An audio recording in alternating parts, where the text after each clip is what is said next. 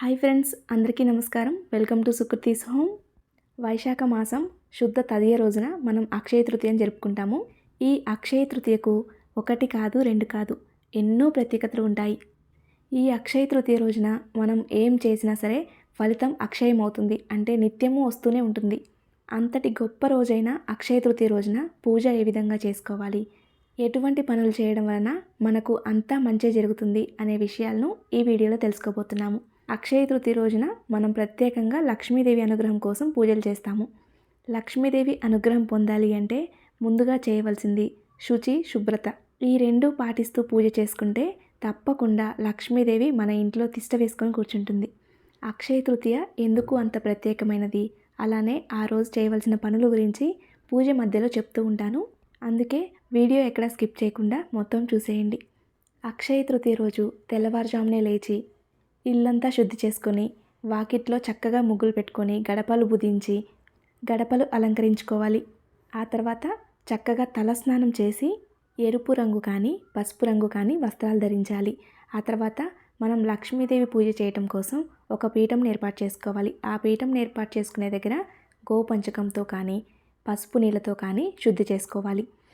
ఇంట్లో ఈశాన్య మూల, అంటే మరీ మూల కాకుండా కొంచెం ఈశాన్యం గోడకి మనం పీఠంని ఏర్పాటు చేసుకోవాలి. మనం పూజా మందిరంలో ప్రతిరోజు పూజ చేసుకుంటాము, కానీ అక్షయ తృతీయ అనేది పవిత్రమైన ప్రత్యేకమైన రోజు. ఈ రోజున పీఠం ఏర్పాటు చేసుకొని పూజ చేసుకుంటే మనసుకు ఎంతో తృప్తిగా ఉంటుంది. లక్ష్మీదేవికి ప్రత్యేకంగా పూజ చేసిన సంతోషం ఉంటుంది. పీఠం పెట్టుకొని పూజ చేసుకోవడం వలన ఇంట్లో పండుగ వాతావరణం నెలకొంటుంది. సో ఇంట్లో అంతా కూడా పాజిటివ్ ఎనర్జీ నిండిపోతుంది. చక్కగా ఒక పీఠం ఏర్పాటు చేసుకొని కొత్త క్లాత్ పరుచుకొని క్లాత్ మీద 3 గుప్పెలు కానీ 5 గుప్పెలు కానీ బియ్యం పోసి ఆ బియ్యం మీద పసుపు కుంకుమ సమర్పించి ఆ తర్వాత లక్ష్మీ కుబేరుల ఫోటో కానీ లేదా లక్ష్మీదేవి చిత్రపటాన్ని కానీ ఉంచుకోవాలి. చిత్రపటానికి కూడా చక్కగా గంధము కుంకుమతో అలంకరించుకొని పువ్వులతో అలంకరించుకోవాలి. అక్షయ తృతీయ రోజు ఎంతో ప్రత్యేకమైన అక్షయ పాత్రను ఏర్పాటు చేసుకుంటే చాలా మంచిది. ఇంతవరకు అక్షయ పాత్ర లేనివారైతే అక్షయ తృతీయ రోజు ఏర్పాటు చేసుకోవచ్చు, లేదా ఒకవేళ ఇంట్లో ఉన్నవారైతే అది తీసుకొని వచ్చి పూజలో పెట్టుకోవచ్చు. అలానే ఈరోజు పూజలో కుబేర కుంచం కూడా పెట్టుకుంటే చాలా మంచిది. కొత్తగా పెట్టుకోవాలి అనుకునేవారు కూడా ఈరోజు పెట్టుకోవచ్చు. ఈ అక్షయ పాత్ర, కుబేర కుంచము ఎలా పెట్టుకోవాలి అనేది మన వీడియోస్లో ఆల్రెడీ ఉన్నాయండి, అందుకే ఈరోజు చూపించలేదు. వాటి లింక్స్ కింద డిస్క్రిప్షన్లో ఇస్తాను, మీకు ఉపయోగపడతాయి అనుకుంటే ఒకసారి చూడండి.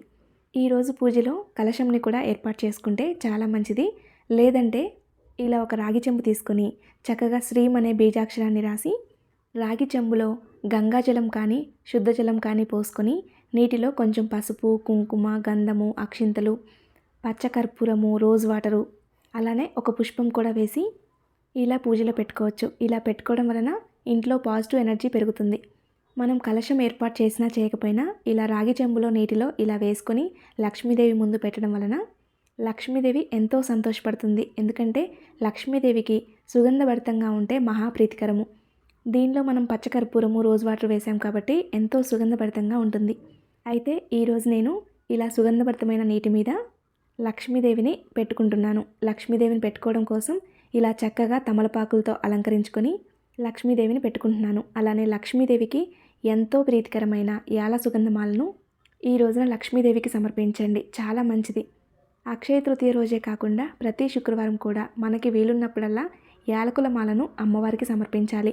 అమ్మవారికి సుగంధభరితంగా ఉండే ద్రవ్యాలన్నా సుగంధభరితంగా ఉండే మాలలన్నా మహాప్రీతికరము. అందుకే అలంకరణ చేసుకున్నప్పుడు కూడా సుగంధభరితంగా ఉండే పుష్పాలతో అలంకరణ చేస్తే చాలా మంచిది. ఈ సీజన్లో ఎలాగో మల్లెపూలు వస్తూ ఉంటాయి కదా, ప్రతి శుక్రవారము అలానే ఇలా ప్రత్యేకమైన రోజుల్లో మల్లెపూలతో అమ్మవారిని అలంకరించడానికి ప్రయత్నించండి. ఎందుకంటే మల్లెపూలు ఎంతో సువాసనాభరితంగా ఉంటాయి. అలానే పూజలో నిండుగా పసుపు కుంకుమ పెట్టుకోవాలి. అదేవిధంగా మనం ఏ పూజ చేసినా ముందుగా పసుపు గణపతిని కానీ గణపతి విగ్రహాన్ని కానీ ముందుగా పూజించాలి. కాబట్టి గణపతి విగ్రహాన్ని పెట్టుకొని గణపతికి ధూపదీప నైవేద్యాలు సమర్పించాలి. అదేవిధంగా ఈరోజు కామాక్షి దీపారాధన, ఐశ్వర్య దీపారాధన, అంటే ఉప్పు దీపారాధన, పంచగవ్య దీపారాధన, ఇవన్నీ కూడా చాలా మంచివి. శివుడి అనుగ్రహంతో సంపదలకు రక్షకుడిగా కుబేరుడు నియమితమైనది ఈ అక్షయ తృతీయ రోజే అని చెప్తారు. అందుకే ఈరోజు పూజలో కుబేర యంత్రం కూడా పెట్టుకోవచ్చు. అదేవిధంగా లక్ష్మీ కుబేర కుందులు ఉంటాయి, ఆ కుందుల్లో కూడా దీపారాధన చేస్తే చాలా మంచిది. ఆ శ్రీహరి మహాలక్ష్మిని వివాహం చేసుకున్న రోజు కూడా ఈ అక్షయ తృతీయ రోజే. అందుకే ఈ రోజున లక్ష్మీదేవికి ఎంతో ప్రీతికరమైన, ఎంతో మంగళకరమైన బంగారంని కొనుక్కొని వచ్చి లక్ష్మీదేవికి అలంకరించి లక్ష్మీదేవి పూజలో ఉంచుకొని పూజ చేస్తాము. అలా ఈరోజు బంగారం కొనడం వలన ఫలితం అక్షయమవుతుందని, అంటే మనకి ఎప్పుడూ బంగారం వస్తూనే ఉంటుంది అని చెప్పి నమ్ముతాము. అయితే బంగారమే తప్పకుండా కొనుక్కోవాలని ఏమీ నియమం లేదు. ఎందుకంటే ప్రతి ఒక్కరికి అటువంటి అవకాశం ఉండదు. అందుకే బంగారం లాంటి మంగళకరమైన వస్తువులు ఏవైనా కొనుక్కొని తెచ్చుకొని పూజలో పెట్టుకొని పూజ చేసుకోవచ్చు. ఈరోజు మనం ఏం చేసినా ఫలితం అక్షయమవుతుంది అని చెప్పుకుంటాం కదా. అందుకే పూజలో తప్పకుండా మంగళకరమైన వస్తువులు పెట్టుకోండి, చాలా మంచిది. మంగళకరమైన వస్తువులు పెట్టుకోవడం అంటే మనం పూజలో పెట్టుకోవడమే కాదు, మన మనసు కూడా మంగళంగా ఉండాలి. అంటే ఎంతో పవిత్రంగా ఉండాలి. ఎంతో పవిత్రతతో, ఎంతో మంగళకరమైన ఆలోచనలతో పూజ చేయాలి. ఈరోజు పూజలో తమలపాకుల మీద ఇలా మంగళకరమైన వస్తువులు పెడుతున్నాను. ఒకవేళ కుబేర కుండలు ఉంటే వాటిలో కూడా పెట్టుకోవచ్చు. అదేవిధంగా చిన్న చిన్న గిన్నెల్లో ధాన్యము, ఉప్పు, పప్పు అలా అన్నీ కూడా పూజలో పెట్టుకోవచ్చు. ఎందుకంటే ఏది ఉన్నా లేకపోయినా మనం ప్రతిరోజు బ్రతకడానికి కావాల్సింది ఆహారము. వాటికి సంబంధించిన ధాన్యము అన్నీ కూడా పూజలో పెట్టుకుంటే మనకి ఎటువంటి ధనధాన్యాలకు లోటు ఉండదు. అలాగే ఈరోజు ఎటువంటి దుర్ముహూర్తాలు, వర్జాలు ఉండవు. ఈరోజు మొత్తం కూడా శుభకార్యాలు జరిపించుకోవచ్చు. అంటే అక్షయ తృతీయ తిథి ఉన్నంత వరకు ఎటువంటి వర్జాలు ఏమీ ఉండవు. త్రేతాయుగం మొదలైంది, విష్ణు స్వరూపుడైన పరశురాముడు జన్మించింది కూడా అక్షయ తృతీయ రోజే అని చెప్తారు. అలాగే శ్రీకృష్ణుడు సోదరుడు బలరాముడు జన్మించింది కూడా అక్షయ తృతీయ రోజే. పాండవులకు అక్షయపాత్ర లభించింది కూడా అక్షయ తృతీయ రోజే అని చెప్తారు. పాండవులకు ఏ విధంగా అక్షయపాత్ర లభించింది అనేది కూడా వీడియో షేర్ చేశానండి. దాని లింక్ కూడా కింద డిస్క్రిప్షన్లో ఇస్తాను. మీకు ఉపయోగపడుతుంది అనుకుంటే ఒకసారి చూడండి. అదేవిధంగా మనందరికీ తెలుసు కదా, ద్రౌపదికి చీర ప్రసాదిస్తాడు శ్రీకృష్ణుడు. అంటే కురుసభలో తనకు జరుగుతున్న అవమానానికి నీవే దిక్కంటూ చేతులు జోడించి వేడుకున్న ద్రౌపదికి దేవదేవుడు అక్షయంగా చీరను ప్రసాదించింది కూడా ఈ అక్షయ తృతీయ రోజే. మహాభారత కావ్యాన్ని వేదవ్యాసుడు రాయటం ప్రారంభించింది కూడా ఈ అక్షయ తృతీయ రోజే. అదేవిధంగా శివుని జటాజూటం నుండి భూలోకానికి గంగ చేరింది కూడా ఈ అక్షయ తృతీయ రోజే. ఇలా చెప్పుకుంటూ పోతే చాలా ప్రత్యేకతలే ఉన్నాయి. ఈ రోజున కుబేర అష్టోత్తర శతనామావళి, శ్రీ లక్ష్మీ అష్టోత్తర శతనామావళి, గోవిందనామాలు, శ్రీ వెంకటేశ్వర స్వామి అష్టోత్తర శతనామావళి తప్పకుండా చదువుకోండి. ఈ రోజున లక్ష్మీదేవికి నిండుగా చీరతో తాంబూలం సమర్పించాలి. ఒకవేళ చీర పెట్టుకోలేని వారు 2 జాకెట్ ముక్కలు పెట్టుకోవచ్చు. 2 జాకెట్ ముక్కల మీద 2 తమలపాకులు పెట్టి పసుపు, కుంకుమ, వక్క, ఖర్జూరము, పూలు, పండ్లు, గాజులు అన్నీ పెట్టి నిండుగా తాంబూలం సమర్పించి నమస్కరించుకోవాలి. అదేవిధంగా ఈరోజు పంచగవ్య దీపారాధన చేస్తే చాలా మంచిది. అయితే పంచగవ్య దీపారాధన చాలా త్వరగా కొండెక్కుతుంది. మనం అన్నీ చదువుకునేసరికి సమయం పడుతుంది కాబట్టి ఇలా చివర్లో పంచగవ్య దీపారాధన చేసి ధూపం చూపించవచ్చు. సింహాచలంలో వరాహ లక్ష్మీ నరసింహస్వామి నిజరూప దర్శనం అక్షయ తృతీయ రోజు మాత్రమే లభిస్తుంది. అక్కడ సంవత్సరం పొడవునా చందన పూతతో స్వామివారిని కప్పి ఉంచుతారు. అక్షయ తృతీయ రోజున నిజరూప దర్శనం దొరుకుతుంది. అదేవిధంగా బద్రీనాథ్ ఆలయాన్ని చలికాలం తర్వాత తిరిగి తెరిచేది కూడా ఈ అక్షయ తృతీయ రోజే. పూరీ క్షేత్రంలో జగన్నాథుని రథ నిర్మాణానికి కూడా అంకురార్పణం చేసింది అక్షయ తృతీయ రోజే. ఇంతటి ప్రత్యేకతలు కలిగిన ఈ రోజున మనం ఏం చేసినా అక్షయం అవుతుంది అనడానికి సందేహమే లేదు. లక్ష్మీదేవికి ఎంతో ప్రీతికరమైన ఆవు పాలతో చేసిన ఏదైనా నైవేద్యాన్ని, అలానే పండ్లను నైవేద్యంగా సమర్పించి కర్పూర నీరాజనం సమర్పించాలి. ఈరోజు ఏ పని చేసినా విజయవంతం అవుతుంది అని చెప్తారు. అదేవిధంగా పూజలే కాకుండా దాన ధర్మాలు చేస్తే కూడా చాలా మంచిది. పూజల ఫలితం ఎలాగైతే అక్షయమవుతుందో దాన ధర్మాల యొక్క ఫలితం కూడా అలానే అక్షయమవుతుంది. మనకి వైశాఖ మాసంలో ఎండలు మండిపోతూ ఉంటాయి. అందుకే ఎండ తాపాన్ని తగ్గించే మజ్జిగ, పానకము, చెప్పులు, గొడుగు ఇటువంటివి దానం చేస్తే చాలా మంచిది. అదేవిధంగా మన వీలుని బట్టి మామిడి పండ్లు, వస్త్రాలు, చందనం అవి కూడా దానం చేయవచ్చు. ఒకవేళ దానం చేసేంత పరిస్థితి లేదు అనుకునేవారు చక్కగా చల్లని మంచినీళ్ళైనా ఎవరికైనా దానం చేయండి.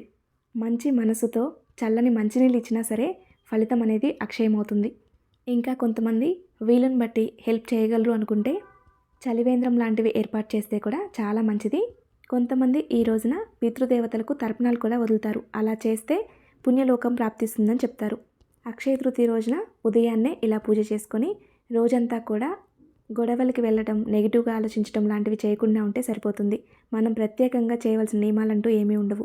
ఒకవేళ ఉపవాసం చేయాలి అనుకుంటే చేసుకోవచ్చు. అదేవిధంగా నాన్ వెజ్ మాత్రం అస్సలు తినకూడదు. అయితే ఈ రోజున బంగారం కొనుక్కుంటే చాలా మంచిది అని చెప్తారు. మన వీలుని బట్టి ఎంత చిన్న వస్తువైనా తెచ్చుకోవచ్చు. ఒకవేళ బంగారం కొనుక్కునే పరిస్థితి లేదు అనుకునేవారు లక్ష్మీ స్వరూపమైన కల్లుప్పు అంటే రాళ్ళ ఉప్పు ప్యాకెట్ని కొనుక్కొని తెచ్చుకోండి. అదేవిధంగా మంగళకరమైన వస్తువులు ఏవైనా కొనుక్కొని తెచ్చుకోవచ్చు. పసుపు, కుంకుమ, చిట్టి గాజులు, గోమతి చక్రాలు, పసుపు కొమ్ములు, లక్ష్మీ గవ్వలు ఇటువంటివి ఏవైనా కొనుక్కొని తెచ్చుకోండి, చాలా మంచిది. ఈ విధంగా అక్షయ తృతీయ రోజు పూజ చేసుకోవాలి. చేసుకొని ఆ రోజంతా అలానే ఉంచేసి మరుసటి రోజు ఉదయాన్నే పీటను కదపండి. సాయంకాలం కూడా దీపారాధన చేయండి, చాలా మంచిది. సాయంకాలం సమయంలో నైవేద్యం చేయలేకపోయినా సరే పండ్లు నైవేద్యంగా పెట్టి దీపారాధన చేసుకోవచ్చు. మరుసటి రోజు ఉదయాన్నే కూడా దీపారాధన చేసి దీపారాధన కొండెక్కిన తర్వాత పూజా పీఠాన్ని కదపండి. పీఠం కదిపిన తర్వాత పీఠం మీద ఉన్న అక్షయ పాత్ర, కుబేర కుంచము ఇవి రెండు కూడా మందిరంలో పెట్టేసుకోవచ్చు. అమ్మవారి ఫోటో, విగ్రహాలు ఇవన్నీ కూడా మందిరంలో పెట్టేసుకోవచ్చు. రాగి చెంబులోని నీటిని ఇల్లంతా ఒకసారి చల్లుకొని మిగతా నీటిని తులసి కోటలో కానీ లేదంటే ఏదైనా చెట్టు మొదట్లో కానీ పోయాలి. అలా ఇల్లంతా చల్లటం వలన ఇంట్లో పాజిటివ్ ఎనర్జీ ఉంటుంది. అదేవిధంగా అమ్మవారికి సమర్పించిన తాంబూలాన్ని మనం స్వీకరించవచ్చు. ఆ బ్లౌజ్ పీసెస్ మనం కుట్టించుకోవచ్చు. అదేవిధంగా పండ్లు మనం తినవచ్చు. దాంట్లో మనం తినలేనివి ఉంటే జల్దిలో కలిపేయాలి, అంటే పారే నీటిలో కలపాలి. అయితే తాంబూలాన్ని మనం పూజ అవ్వగానే నైవేద్యం స్వీకరించేటప్పుడు తాంబూలాన్ని కూడా తీసుకోవచ్చు.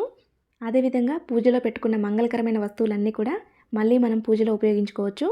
ఈ రోజున మనకి వీలుంటే మన పరిస్థితిని బట్టి ఎవరైనా ఒక్క ముత్తైదునని పిలిచి తాంబూలం ఇవ్వండి, చాలా మంచిది. తాంబూలం ఇవ్వాలి అనుకుంటే ఉదయం పూజ అవ్వగానే ఇవ్వవచ్చు, లేదా సాయంకాలం సమయంలో ఇవ్వవచ్చు.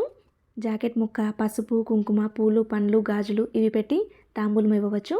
అలానే పంచగవ్య దీపారాధన కొండెక్కిన తర్వాత దాన్ని బొట్టుగా పెట్టుకోండి, చాలా మంచిది. ఒకవేళ ఇవన్నీ ఏమి చేయలేను అనుకునేవారు చక్కగా అమ్మవారి చిత్రపటాన్ని పెట్టుకొని ఐశ్వర్య దీపం వెలిగించుకోండి. అలానే పంచగవ్య దీపాలు వెలిగించుకోండి, చాలు, అంతా శుభమే జరుగుతుంది. ఐశ్వర్య దీపం ఎలా వెలిగించుకోవాలి అనేది కూడా మన వీడియోస్లో ఆల్రెడీ ఉందండి. డీటెయిల్గా తెలుసుకోవాలి అనుకుంటే లింక్ కింద డిస్క్రిప్షన్లో ఇస్తాను, ఒకసారి చూడండి. తెలుసుకున్నారు కదా అక్షయ తృతీయ యొక్క ప్రత్యేకతలు ఏమిటి, పూజా విధానం గురించి. ఈ వీడియో మీకు నచ్చిందని అనుకుంటున్నాను. ఈ వీడియో కానీ మీకు నచ్చినట్లయితే లైక్ చేయండి, మీ స్నేహితులకి బంధువులకి షేర్ చేయండి. మరిన్ని వీడియోస్ కోసం మన ఛానల్ సబ్స్క్రైబ్ చేసుకోండి. ధన్యవాదములు.